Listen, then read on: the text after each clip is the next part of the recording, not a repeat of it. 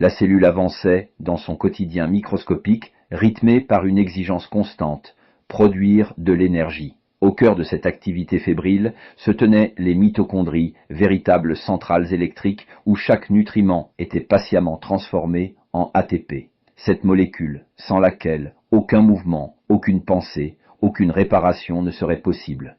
Dans ces centrales, tout reposait sur une tension invisible. Des protons s'accumulaient d'un côté d'une membrane, comme de l'eau retenue derrière un barrage. Lorsqu'ils étaient libérés par la turbine moléculaire qu'est l'ATP synthase, leur passage faisait naître l'énergie chimique nécessaire à la vie.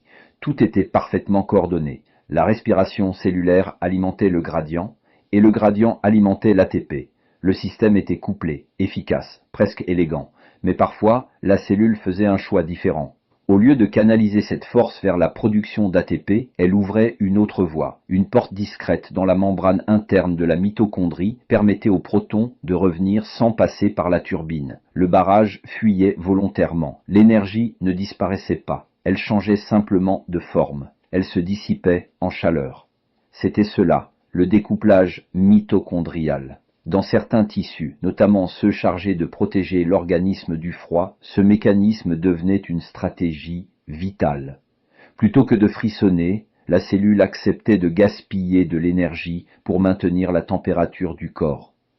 Le rendement chutait, mais la survie était assurée. La mitochondrie cessait d'être une usine à ATP pour devenir un poêle biologique. Cependant, ce choix avait un prix. Produire de la chaleur au lieu d'ATP signifiait travailler plus pour obtenir moins. La respiration s'accélérait, les réserves s'épuisaient plus vite. Si le découplage devenait incontrôlé, la cellule se retrouvait paradoxalement riche en oxygène consommé, mais pauvre en énergie utilisable. Trop de feu, pas assez de carburant transformé. Ainsi, le découplage mitochondrial racontait une histoire d'équilibre. Il rappelait que l'efficacité maximale n'est pas toujours l'objectif du vivant. Parfois, il vaut mieux perdre un peu d'énergie que perdre la vie. Entre production et dissipation, entre rendement et protection, la mitochondrie arbitre en silence, et ce faisant, révèle une vérité fondamentale du métabolisme.